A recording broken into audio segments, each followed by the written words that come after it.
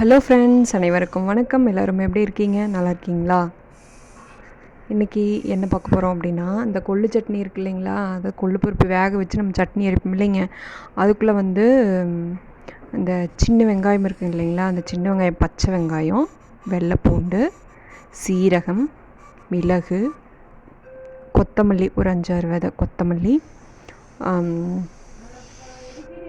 பச்சை கருவேப்பிலை, இது எல்லாத்தையும் சேர்த்து அது கூடயே வேக வச்ச கொள்ளையும் சேர்த்து அரைச்சிங்கன்னா அவ்வளோ ஒரு டேஸ்ட்டாகவும் நல்ல மணமாகவும் இருக்குங்க. ட்ரை பண்ணி பாருங்கள். இந்த ரெசிபி வேணுன்னா சொல்லுங்கள், அப்லோட் பண்ணுறேன். எப்பவுமே இந்த கொள்ளுப்பருப்பு குழம்பு வைக்கும்போது எப்பவும் போல தான், இது ஒன்றும் பெரிய விஷயம் கிடையாது. நம்ம பருப்பு சாம்பார்லாம் வைப்போம் இல்லைங்களா, அதே மாதிரி தான். கொள்ளை வந்து கழுவிட்டு வேக வச்சு கொள்ளு வேகும்போது வந்துட்டு கொஞ்சமாக வெங்காயம், தக்காளி, மஞ்சத்தூள், சாம்பார் தூள் இதெல்லாம் போட்டு வேக வச்சிடணும். ஒரு 2 விசில் விட்டால் போதும், 3 விசில் விட்டால் போதுங்க. 2 அல்லது 3 விசில் விட்டால் அது வெந்துடும். அதுக்கப்புறமா எண்ணெய், கடுகு, கருவேப்பிலை போட்டு தாளிச்சுட்டுங்க புளியை கரைச்சி உள்ளே ஊற்றிடணும். அப்போது நல்லா கொதிச்சோடனையும் ரசத்தை தனியாக எரிச்சிட்டு மீதி அந்த பருப்பு இருக்கும் இல்லைங்க, அந்த பருப்போட இந்த சின்ன வெங்காயம், சீரகம், மிளகு, கொத்தமல்லி, பச்சை கருவேப்பிலை இதெல்லாம் சேர்த்து, இது எல்லாமே பச்சையாக தான் போட்டு அரைச்சோம் அப்படின்னா டேஸ்ட்டு சூப்பராக இருக்கும். அதுவும் பாருங்கள், நீங்கள் மிக்சியில் அரைக்கிறத விட இந்த மாதிரி செக்கில் அரைச்சோம்னு வச்சுக்கோங்க, அவ்வளோ சூப்பராக இருக்கும் டேஸ்ட்டுங்க. நானே மிக்சியில் அரைச்சிட்டு இருந்தேன். பாப்பா ஸ்கூலில் இருக்கும்போது மிக்சியில் தான் அரைப்பேன். ஆனால் வந்து அவ்வளோக்கு வந்து டேஸ்ட் வந்து நல்லா இருக்காது, ஒரு மாதிரி ஏமோ தர ஒரு மாதிரி தான் இருக்கும். ஆனால் இப்போ லீவ் விட்டாங்களா, அதனால் நான் செக்கில் அரைச்சேன்.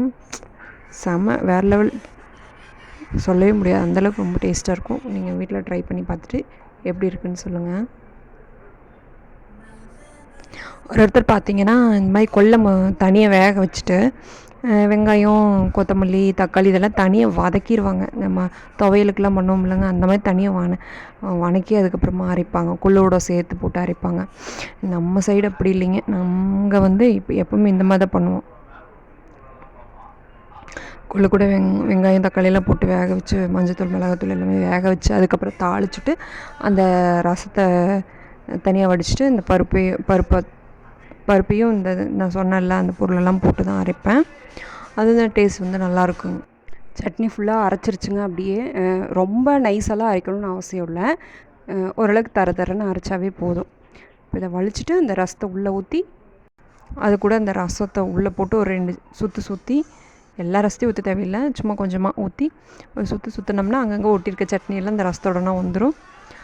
ரசமே ரொம்பவும் நல்லா டேஸ்ட்டாக இருக்கும். நீங்கள் வீட்டில் ட்ரை பண்ணி பார்த்துட்டு எப்படி இருக்குன்னு கமெண்ட் பண்ணுங்கள். நீங்களாம் எப்படி வந்து இந்த கொள்ளு துவையல் அரைப்பீங்கன்னு சொல்லுங்கள். Thank you friends.